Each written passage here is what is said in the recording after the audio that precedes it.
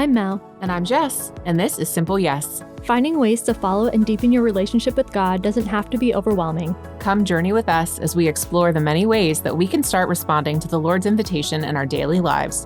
All it takes is a simple yes. Mel, Jess, thank you so much for coming to Candid Catholic Convos. Welcome. I'm really excited to have you on the program and talk about Mother's Day because it's here. Yes, it's here. Thank you for being here. I know. I feel we're just going to talk over each other the whole time. So hey, that's totally okay.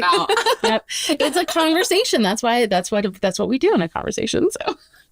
So for those who maybe haven't listened to your podcast, tell me a little bit about yourselves, how you got started, and about Simple Yes. Share for it, Jess. Okay, cool. So Mel and I have known each other peripherally for a while, but until we attended a retreat over the summer of last year, so July 2024. It's called Curcio Retreat. I know there's another show on Holy Family Radio called Curcio Corner if you want to learn more about it. But we just instantly connected and bonded and kept having these really wonderful conversations that were about faith and life. And it continued post-retreat. And I just felt like we kind of couldn't stop talking. And one day I just blurted out, like, we should have a podcast. And then we were both kind of like, oh, we said yes. And then we're like, please forget. Yeah, we're really going to do this. But my mom, who also works at Holy Family Radio, has had a show there for a long time. And she's kind of brought it up a few times, like, oh, you should do a show. There's younger people, younger listeners. You could reach them. And I was always like, I have nothing. Nobody would listen to me? So it became this like really easy doorway for us to try it out. And yeah, just ever since we started back in October of last year, I feel like doors have just opened and the Holy Spirit is like affirming to us that it's a good thing. So we just keep talking about faith and life and all the things and how you can say yes in small ways. That was really kind of the premise of it is, we kind of came out of this retreat like really on fire and feeling like motivated to go out and change the world. But life settles back in and it's like, oh, right, I have other responsibilities and duties and things that take up my day. So how can I find those small ways and those small moments to say yes and then hope that it's like one step at a time. So, yeah. Yeah. I love that. You're right. When it's these big responsibilities that we have, we often forget because we're so focused on, I have to get this done. But there are lots of little ways that we can say yes. Like one of the things I like to do now is like, I hate laundry with a passion. Girl, Rachel. Never ends. Yeah. My husband this morning was like, so are you going to do laundry today? And I was like, yes, I know. It's coming. I know. Sorry.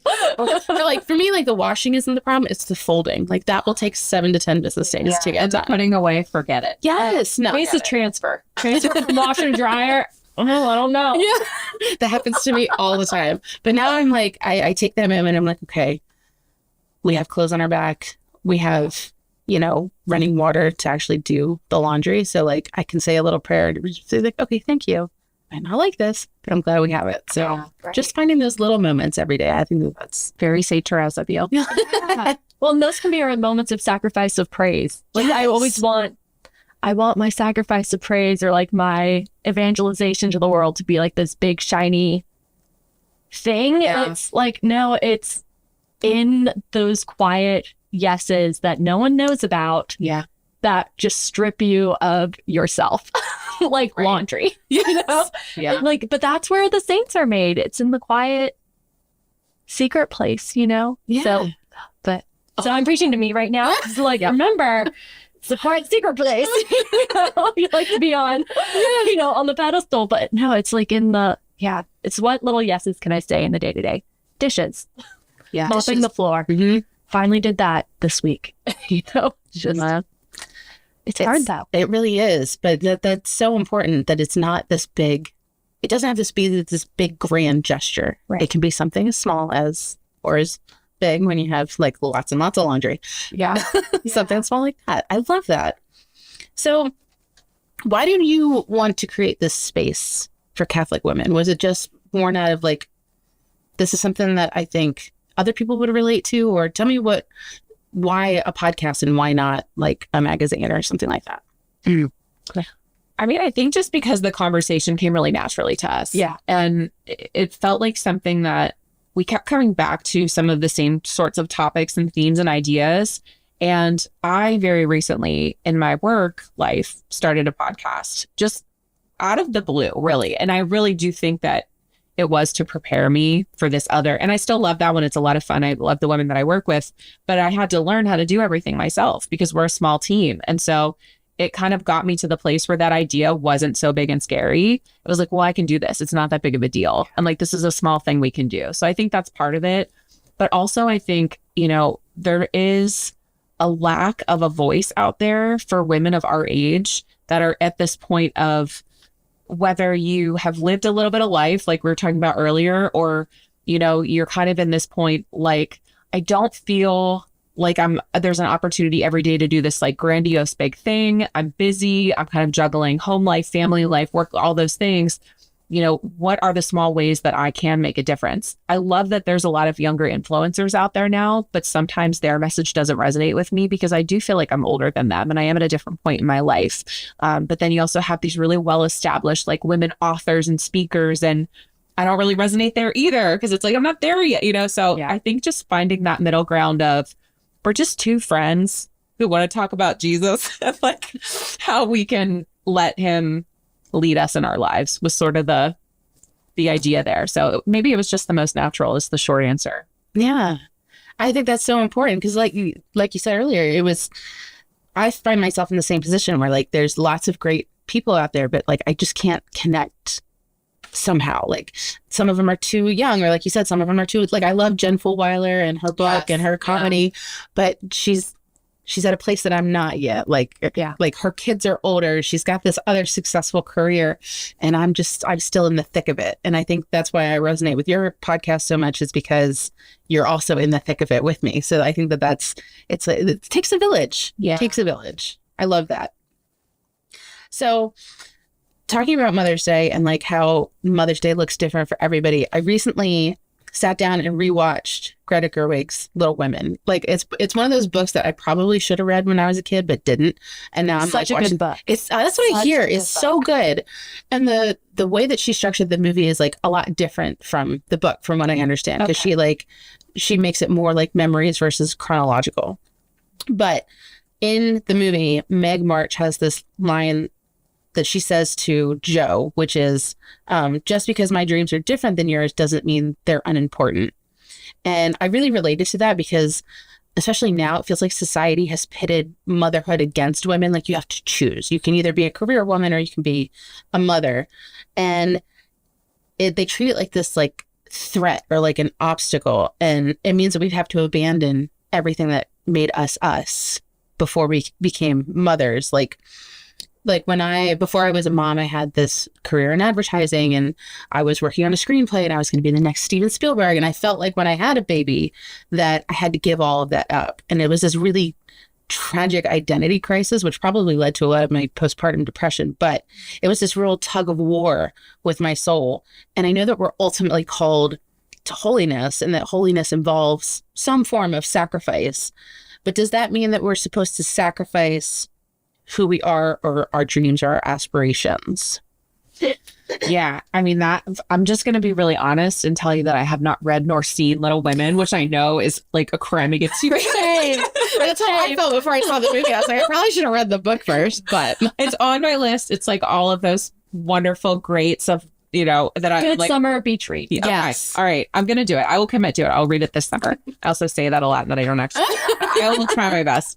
But I relate to the heart of what you're saying in a lot of ways. And I think we've talked a lot about this idea of motherhood and how it feels a little bit sometimes like a trophy that you're working towards, but then at the same time, you lose sight of what it really means. And so for me personally, I do have a career. I did put my career first for a very long time. And then by the time I was ready to have kids, it didn't happen the way I thought it would.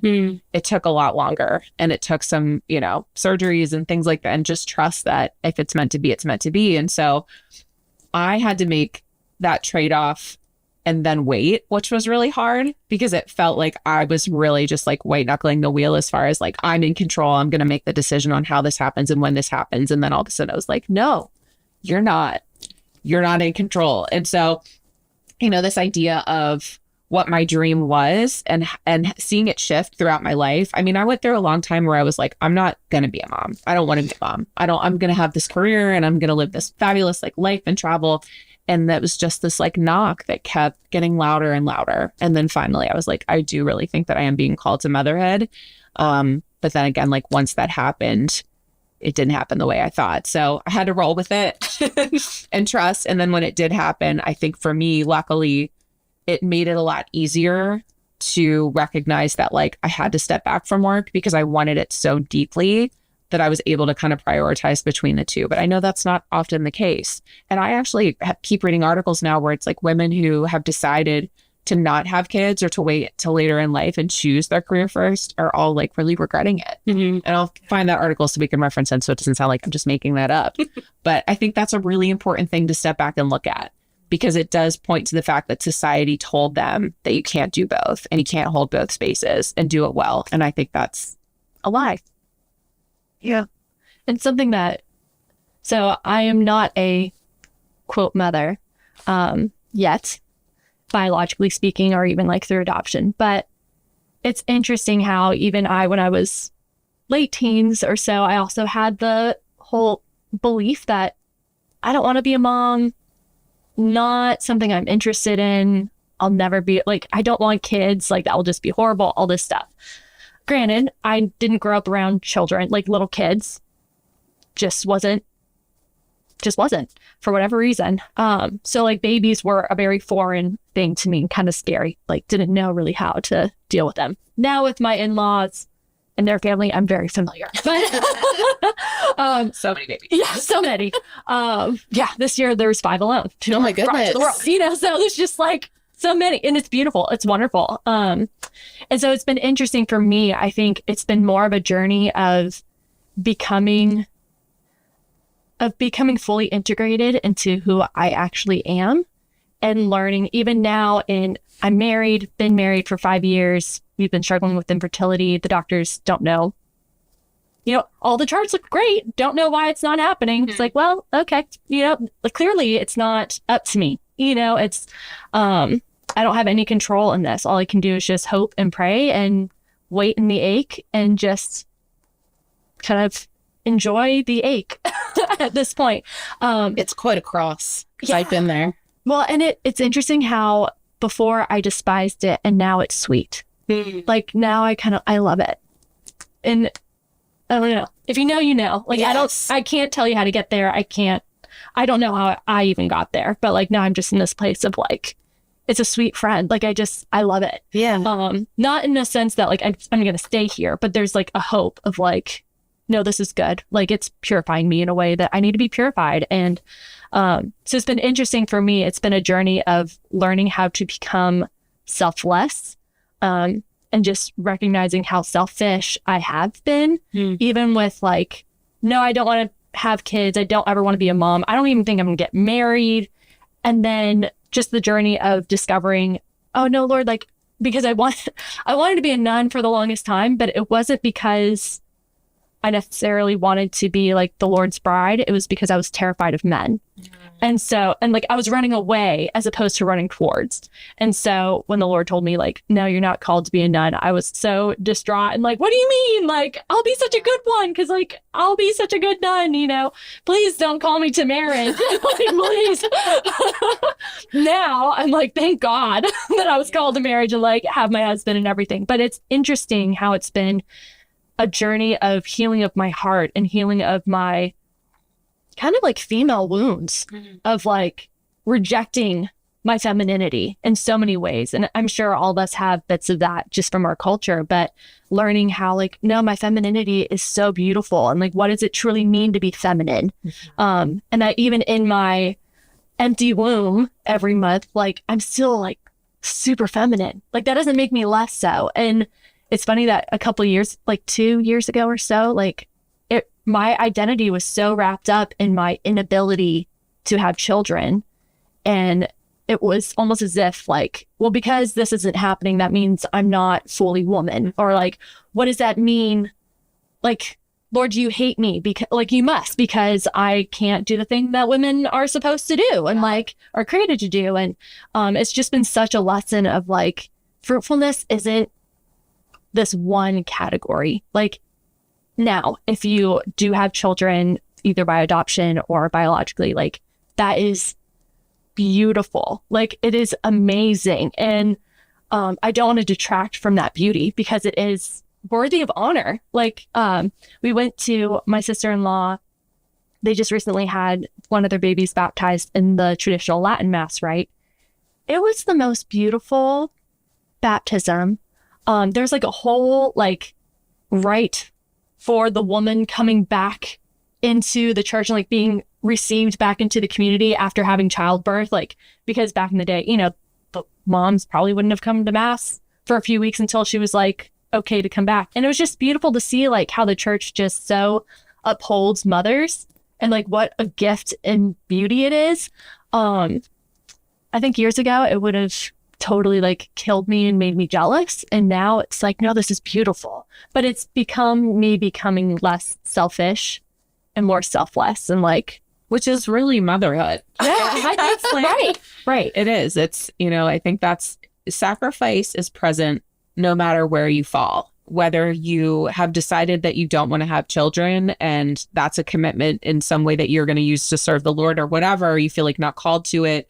And whether you're aching so deeply and it's not happening, or you have them and now it's like, oh, you're the most important person. Like I have to put myself on the back. So I think it's just whatever part of the circle you're on, like you have to embrace the sacrifice and you have to embrace the release of that selfishness, because otherwise it's like you can't have both. Like motherhood doesn't exist with being this like very selfish. I don't know. I just feel like that takes like the beauty and the joy away from it. Well, I feel like it's love your neighbor as yourself. Like I feel like that's the epitome of motherhood. It's like I'm loving other as I love myself. Like I need to love myself first. And I think like that whole question of do we need to sacrifice who we are or our dreams or aspirations? Like God bless women who do like drop everything and just 100% focus on their kids. But I almost feel like, and I know I don't have children, I'm sure I'll go through these same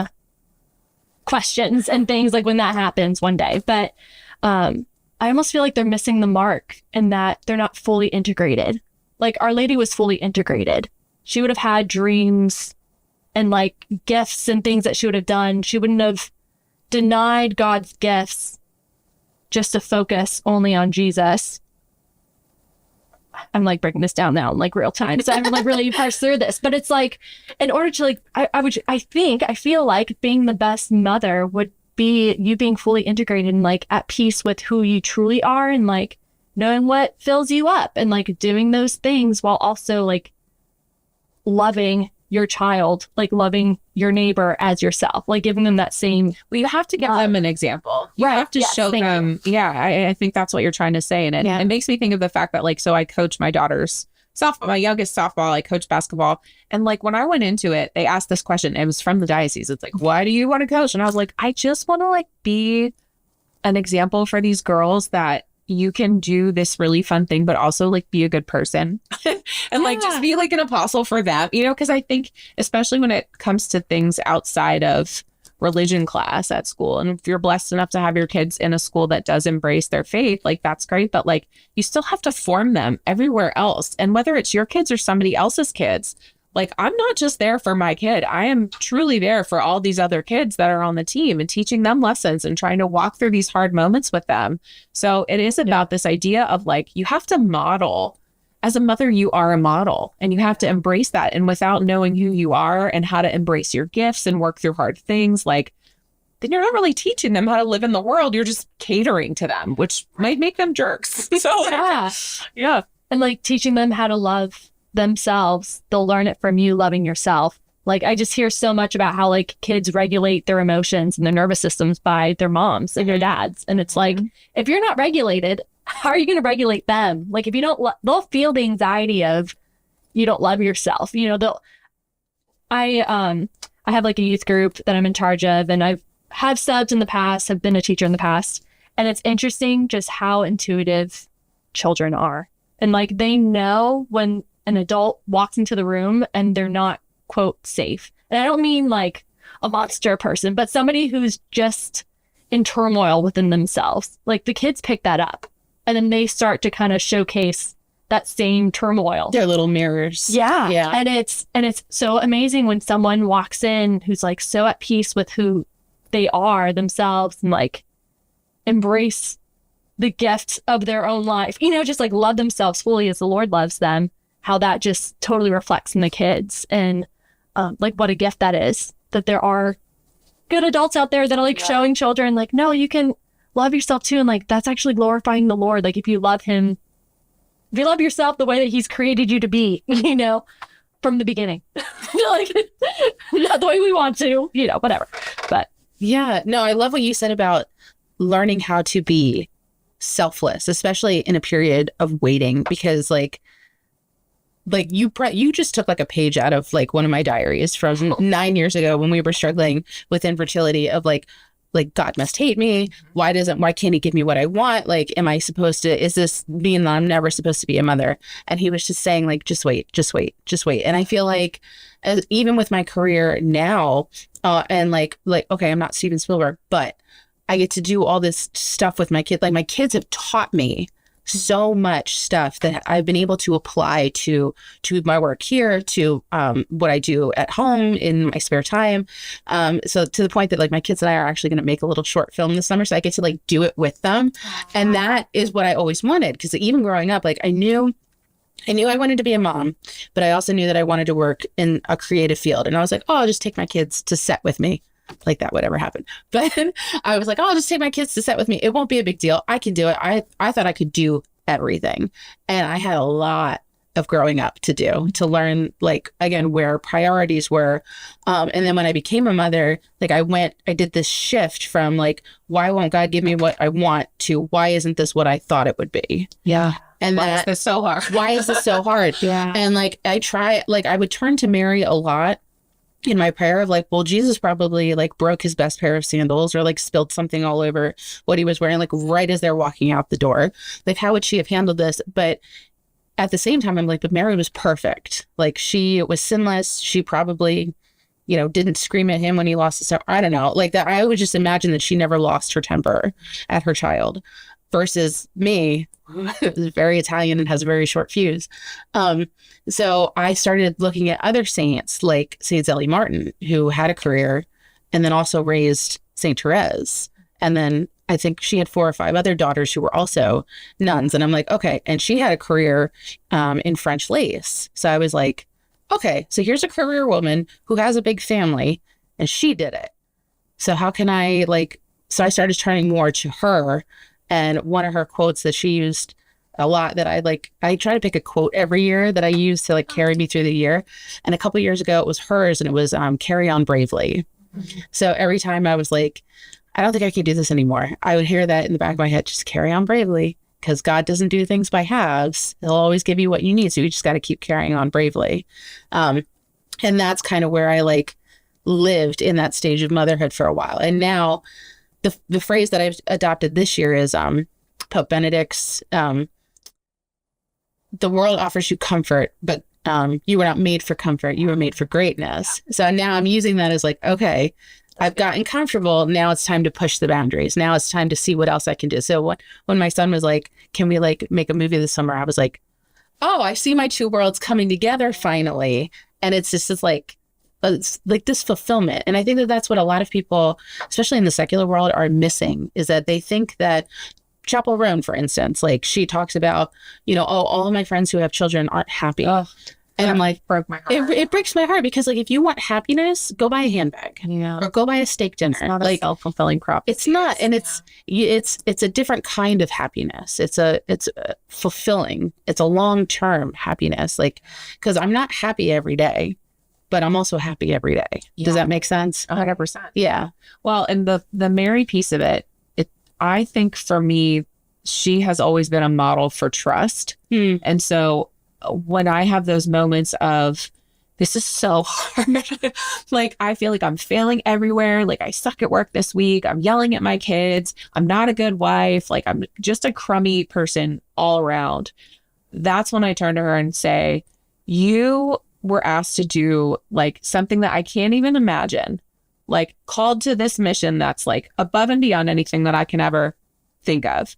And you just trusted. And so in those moments where things get hard and they're not going, to me, it goes to control, right? That's me trying to control the situation because my kids aren't listening to me the way they want them to. My husband's not doing things around the house the way I want him to. Work's not going the way I want it to. So it's like, release that and just say like, what can I do today to like be a good wife, mother, employee, whatever, human, the way that she would, where it was just like, I'm just answering the call. I'm just showing up and I'm saying yes. And I'm trusting that it's going to work out.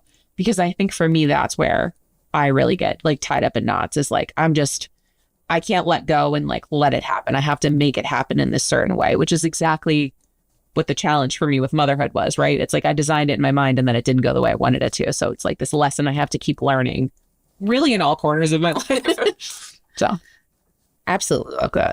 Yeah. And it kind of just makes me think of like, yeah, children isn't like a trophy, kind of like back to that one woman's quote. I forget her name, but yeah, just saying that like all the parents are unhappy. And it's like, well, yeah, of course you would be if your life is just about you. Mm-hmm. And like these children are just trophies.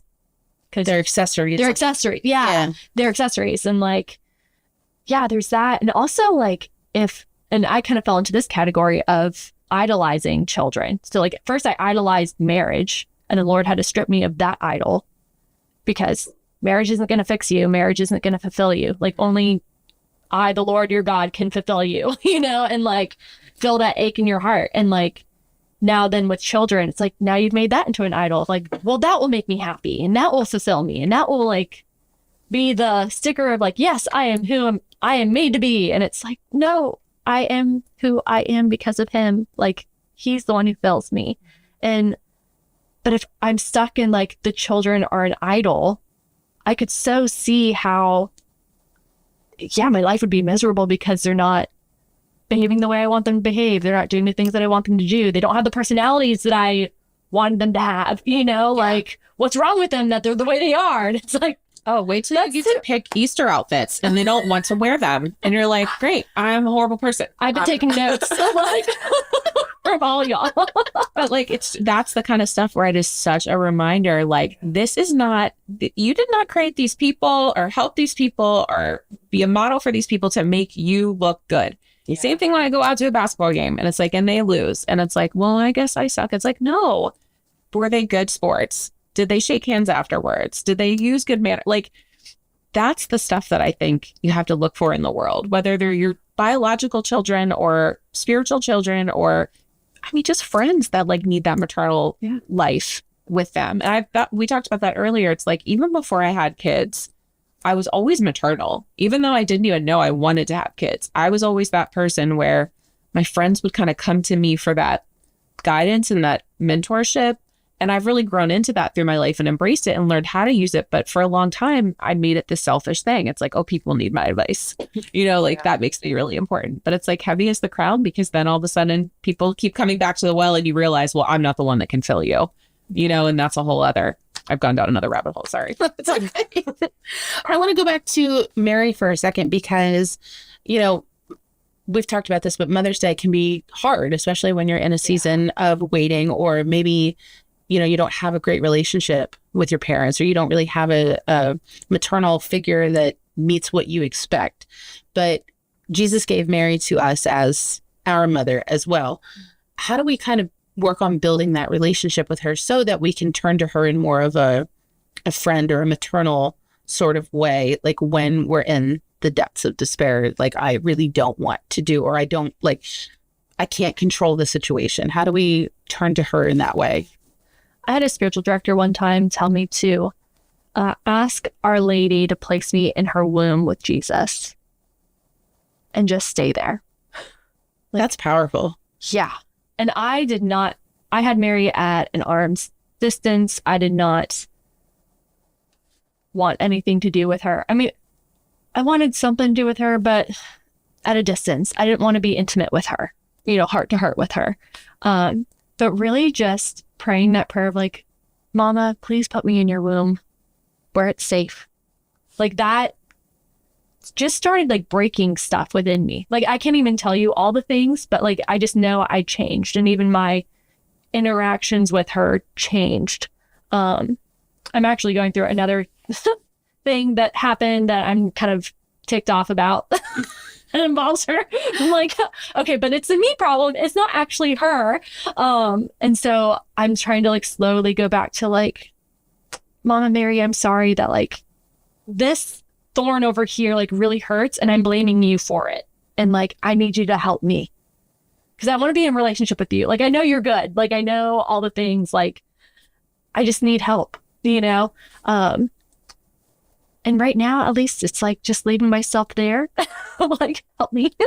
But at least like with motherhood and things like, yeah, just placing myself in her womb was, and that's a good reminder for me now. Like, yeah, I should do that again. Like, keep going back there, because that's where she'll, I don't know. That's where it's powerful, you know? Like, the incarnation happened there. So, like, just place myself there anyway. Yeah. I feel like I've made a shift from really looking to her and saying, how can I be more like you? And how can I model you? To, Mary, be a mother to me. Like, I need you right now. I need you to, and not, I have a wonderful relationship with my mom. She's like my bestie. Like, I'm very blessed. I have an amazing mother, but like, sometimes you just need that sense of like, you got me, and I can actually release this and like come to you and ask you to take my pains or my struggles or whatever and take them to Jesus, and he will listen to you. So like, that's a different sort of safe space, I would say. So that's kind of been how my relationship has changed. It's just feeling like I need her to help me in this place in my life. And like every person, like I have a great mother as well. But like every person's not perfect. So like we all need mothering. Like we all need, because there are places, like no matter how hard our mothers try to like do the right thing, like I'm convinced that probably all our moms like did the best that they could with what they had. Yeah, exactly. You know, and they're probably like leaps and bounds better than their mothers, you know? So it's just, and hopefully we'll become better mothers than our mothers, you know? But we still won't become the perfect mother. And like only Mary can fill that gap, and only she can like mother us in the ways that we need mothered. And that was another thing too that spiritual director helped me with, was like, okay, yeah, like your mom was great, but like, what are the places that she doesn't even know about that you're disappointed that she didn't mother you in this way, you know? Or like there's this lack, and inviting Our Lady to be the one to fill the lack and to like soothe kind of those bumpy places. Yeah, that's been really helpful too, to just like invite her in of like, yeah, mother me, be my mother. What about you? Yeah. That's kind of what I like. I struggle with I'm still with the keeping at arm's length, like, especially because like I've over the years had a very tumultuous relationship with God. And I still, like, growing up and going through Catholic school, like there's this comedian, I can't remember her name, and it's not Jen Fullweather, but it's another comedian. And she jokes about how Southern Christians consider themselves different than Catholics. Like they're like, oh, well, I'm Christian, you know, because I'm Catholic. And they're like, that's nice, but I have a personal relation. Like, no, they will talk about God like that. Like he's your best friend that you could just pick up the phone and call. But when I was growing up, it was like, you need to contact all these people before you bother Jesus with your problem. And so I still kind of see it that way of like, I don't want to bother Jesus. And that's something that I always have to overcome, of like, that my issues are not as important as starving children in Africa kind of thing, right? So I'm still working on trying to like break through that. But one of the prayers I pray over my children is that I ask Mary to take them under her mantle and show them the way to Jesus, to like introduce my children to him.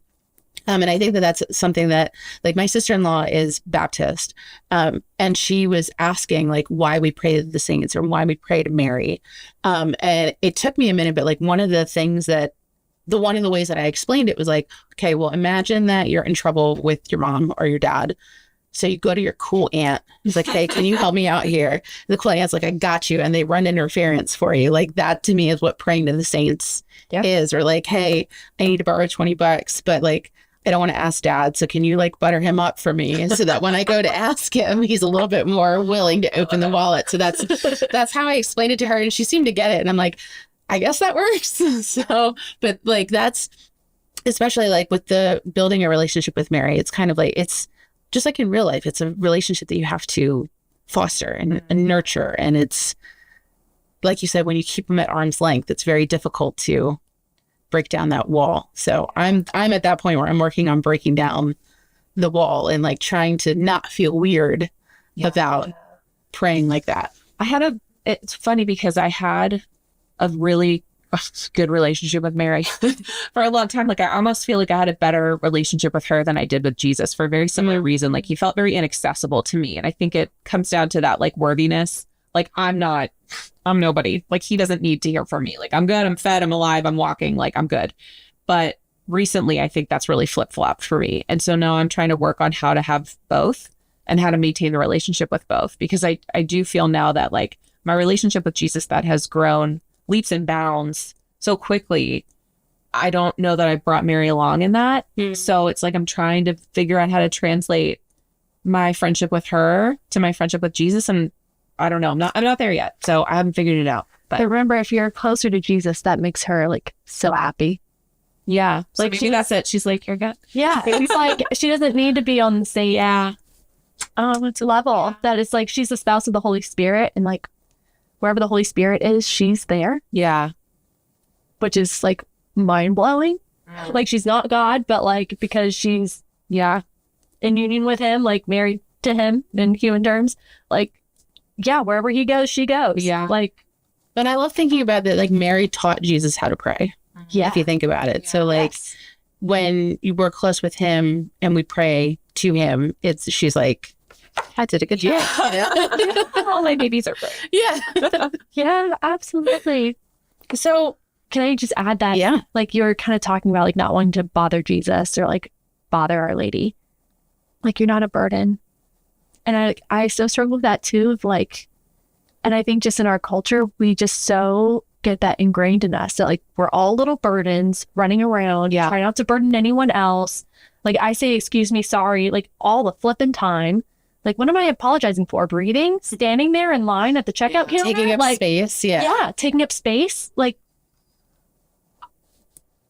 what? Like why? Yeah. Why? Like what in us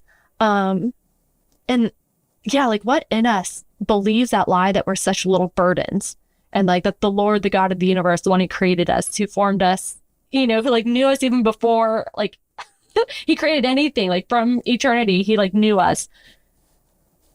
Like we're not a burden, like he loves us, like he wants the relationship, and like the hard work is figuring out in my heart what blocks have I put up or what lies have I ingested and what lies do I believe. And it's like breaking free of that mold that I've made for myself through, and I know a lot of it is like through self-protection, like people have hurt me, I've gotten burned, so put up the wall, like, oh, I got burned again, let me put up another wall. Or like, this was disappointing, let me put another piece of armor on to protect myself. And it's like the constant work of, okay, let's take off the armor, let's take off all the different layers, and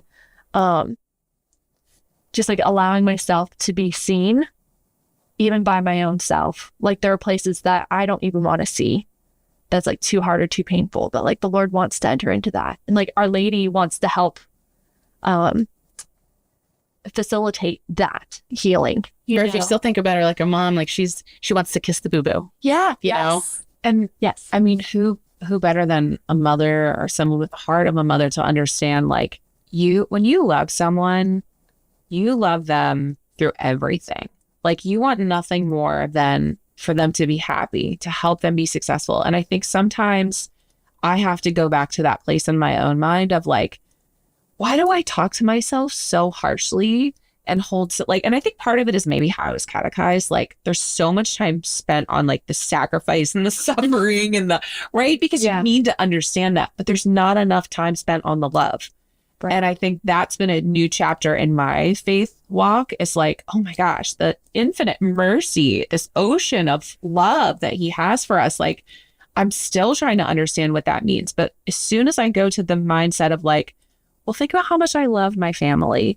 Like I love them so I can't even put it into words, like I would take a bus for my kid. I would do it in a heartbeat. So like, how can I not understand that this person that's bigger and more infinite and intricate than I'll ever be couldn't love me that same way. So it's like I have to start kind of thinking about things in that mindset. Like, well, how would I talk to my daughter? Like, what would I say to her if she felt that way? Why can't I understand and recognize that, like, Christ loves me that much and more, you know? Yeah, I think value is something that I struggle with as well, because like we assign a value to how good of an employee we are, how good of a mother we are, how good of a whatever we are. And especially like if you're again in a season of waiting, like that can feel like you devalue yourself. And like you said, like when you're talking to yourself in such a negative tone, you forget. It's very easy to forget that like we are good enough for God. Like, but there's always work we can be doing, and there's redemption in the suffering, but he's going to love us no matter what. We can be the prodigal son all day long. Yeah. That's what he made us for, is to come back to him.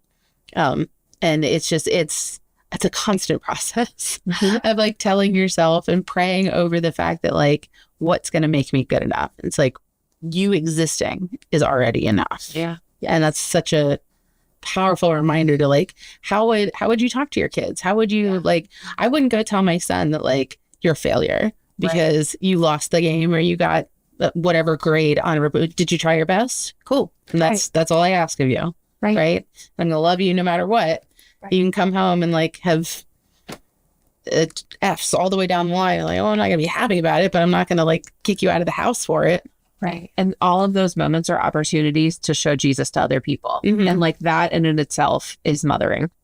Like just showing Jesus to other people and letting that be healing for them and letting him do what he needs to do, but just like being the vessel, because that's what we are. That's women, you know, we're the vessels, we're the receptors, we're the ones that birth life into the world. Like what better life than his? Right. And sometimes that means having hard conversations with people and being like, I see where you are now. I love you where you are in the here and now. But like, I see that there's so much more for you. Like have that metanoia, have that like turning around moment, like have that reconciliation, you know, like, but I'm here until like you make that move or whenever you make that move, and I'll walk with you towards that. But like, know that I love you, not just I love you where you are now, but I also love you enough to not want you to stay there. And that's what Jesus does too. Like, he loves us where we are, but also loves us enough to not want us to just stay where we are. Like, to have that prodigal son moment I'm sure multiple times a day. Yes. You know, having different prodigal son moments. And like, there's always room. And just like the beauty of how women can have those conversations, not in like a harsh way, but like in a soft, gentle, kind, loving. Yeah. Like, I see you, I see the hurt, but also like, take my hand. Like, let's blow this joint, you know? I got you. It's a village moment. It's a village moment. Like I always say, it takes a village, and like it takes a village to raise a mother as well, or to raise a human being. It's just, you can't do it alone. Well, and our culture has so gotten away from, the norm of having family around, and it's like you're cooking dinner and your sister's there and you hand a baby and the cousins come in and clean. Like, we don't have that anymore. Somewhere along the line, it was like success means doing it alone. And we abandoned that idea of like, it's okay to ask for help. It's okay to have people around you to lean on, to be that comfort for you and that support for you. And, you know, I think the more we can remember as women to come together and do that for each other, because it is hard. It is hard to be a woman. There's different expectations set on you than there are for men. And I'm not saying it's not hard to be a man too, but you know, you need that space of like, I see you and I understand what you're going through. My husband recently told me he listened to something, so I don't know what it was, but I feel like I've kind of heard little snippets of this too, of like the whole like the husband leaves the home to go work and the wife like stays at home and like is the housewife or even like has another job. Like that's kind of a recent development. I heard that too. I forget what podcast it was, but they were like, back in the day, like if you had a job, like the man and the woman like worked together. Yes. So it was a family business. Yes. Yeah. So now my husband's like, you should work. Like, we need to work together. It's a natural that we're separated. I'm like, yes. My business partner talks about that because her and her husband always worked together before he passed. And she's like, it was awesome because we had no small talk. It was like we talked about our family or we talked about work, and there was no like, how was your day? Good. How was your day? Tell me about all the things and the people that I don't know anything about, and I'm just going to pretend to care. It's my, because we do it. It's like we have so much space in our minds and our brains and our conversations in a day. Sometimes you just have to let somebody talk and not. But yeah, what a beautiful thing to be able to like experience and share in all of those moments. Not saying that's possible for everybody, but yeah, that's. I always like looked up to my parents because they both were teachers at the same school teaching science. So like they would drive to work together every day. Granted, they had their own classrooms, but like I'm sure would have to collaborate. Like my mom did like 8th grade, my dad did 9th grade. So they would kind of alternate. So it was like, well, did you teach this thing? I'll teach this thing. Yeah. Make up for the lack. I'm like, that was so cool.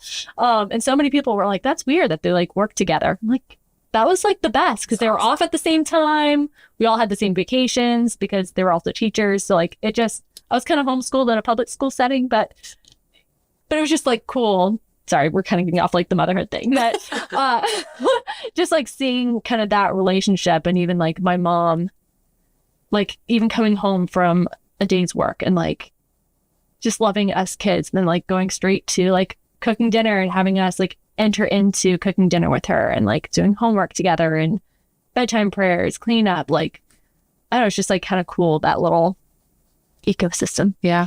Yeah. The nice little microcosm, but it goes back to the like you need a village. Like when, like you mentioned, like having like enough mental capacity by the end of the day. Like my husband's in the Army, and when he comes home and he like spouts all the Army jargon, I'm like, that's great. Yeah, it sounds like a rough day. But when you're together and when you're in the thick of it together, you can really like cut down on all that small talk and really get to the meat of the conversation, or like the meat of like, here's where I need help, or like, well, we started doing it at home because our lives are so starkly different at times, especially if he has to travel a lot for work, as we do this thing called Hear You or Help You. So like when he's like venting about his day, and I'm like, is this a vent or is this, do you need advice? I'm like, do you want me to hear you or do you want me to help you? Oh, I love that. And then, it works so well because then there's no like stepping on somebody else's toes of like, I really didn't need a fixer. Like my husband and I are both fixers. Like, how can I fix this situation? Or like, but sometimes I don't need fixing. I just need to get it off of my chest. Yeah. And when, when he's not available, what I need to learn how to do is to like get it off my chest to Mary or to Jesus, or to, because I have a hard time letting people in, or I have a hard time letting people help. And I think that part of it is societal and part of it is wounds, because I'm so used to going to the well and coming back dry that I'm like, well, then I'm just not going to go to the well anymore. Right. And it's such a process, but it's a worthy process. Like it's just a process. Yeah. But even with your kids, like my daughter will come home and have a horrible day because someone said something mean to her. And it's like, all I want to do is wrap her up and fix her and tell her how beautiful she is and how smart she is. But like, sometimes I have to step back and just go like, I think you should pray about that. I think you should pray for them. Right. And it's like, we have to do the same thing with our spouses and our friends. We have to learn how to not, because we are women, because we have that motherhood mentality, that doesn't mean that we're the dam stopper. Like, we're not the ones that can solve it. We can help, we can be tender, we can be nurturing, but ultimately, like, we have to teach other people how to take things to Jesus and trust him, which is that whole thing with Mary with me, right? It's like, just help me like step back and know that he's got this. So I think as a mother too, like that's something that I'm working on, is because I'm also a fixer. And I think women are fixers, right? We're like, generally, yeah, like that's just how we're built. And so, yeah, I don't know. I think that's been a big challenge for me lately too, is just not feeling like I have to patch all those wounds up myself, but like, I'll make you feel better. I'll make you feel heard and seen. But like, ultimately, right, gotta go to him. And how best to learn that than by being in a relationship with Our Lady. Like if we can learn, and I'm preaching to myself, like if I can learn to be more vulnerable with her or like with Jesus and letting them in, how much more will I be able to be vulnerable and receptive of other people? Mm-hmm. Because I've been perceived by the ones who it matters most, and like they can fill every gap, and like, okay, now I'm free to love the person in front of me and like listen and bring them along, facilitate the relationship with Jesus, and like, all right, yeah, you had a crappy day. We need to like maybe talk about it, but like, are we just going to talk about it, or like, let's redirect to the ultimate solution? Well, and eventually there's going to be something that you can't fix, right? So you're setting everybody up for failure at that point, because it's like they're going to walk away disappointed. You're going to walk away disappointed. So if you can start to plant that seed and build that understanding of like, we can't solve this here. We can work on it. We can do our best, but like teaching people how to take it to God, I think, is a bigger step forward than like run to mommy. Yeah. Which we all want to do. We all want to still do it. Oh, I love it. This has been such an amazing conversation. And I just want to ask one more question, which is, where can we go to listen to more of Simple Yes and like find out more about you guys? Yeah, you can go on our website. It is simple-yes.com. And on there we have all of our information. You can find us on YouTube. It's like at Simple Yes Show. Yeah, I think it's at Simple Yes Show. Yeah, thanks. Sorry. All the handles aren't available. I will link it in the show notes. Yeah. Just We're different. Anywhere you get your podcast, Spotify, Apple, just search Simple Yes. Instagram.